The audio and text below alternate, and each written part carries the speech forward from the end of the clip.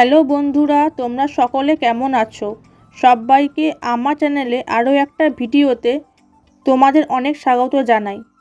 বছরের শেষে তোমাদের সাথে একটা ছোট্ট ভিডিও শেয়ার করে নেব। আমি মাকে নিয়ে গেছিলাম ক্রিসমাসের দিন আমার শ্বশুরবাড়িতে। শাশুড়ি মা আমাদের আসতে বলেছিল। আমি তো অনেকবারই যাই, মাকে আসতে বলে, মা যেতে পারে না। এবারে মাকে জোর করেই নিয়ে গেলাম। গিয়েই দেখো আমাদের খেতে দিয়ে দিল। ছিল পরোটা, তরকারি আর মিষ্টি। সত্যি কথা বলতে বেলা হয়ে গেছিল, আমার খেতে ইচ্ছা করছিল না, তাও একটুখানি খেলাম। আর এখানে দেখো আমরা ছানার কেক, ছানার গজা এনেছিলাম।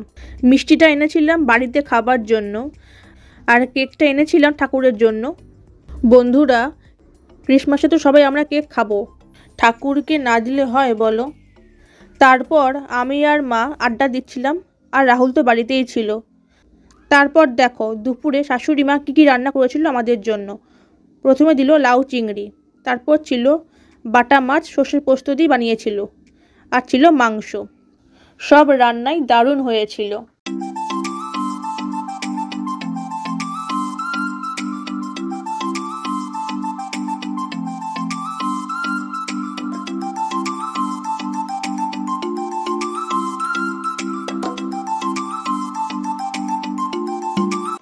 খেয়ে নিয়ে আমরা বিকেলবেলায় ঘুরতে গেছিলাম।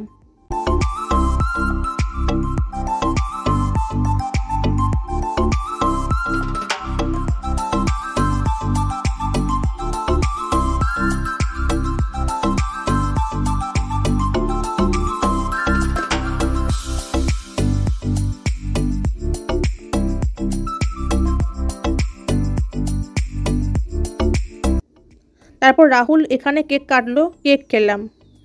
আর এদিকে দেখো সন্ধ্যা হলেই বেড়ালটা খাটে ঘুমোতে চলে আসে।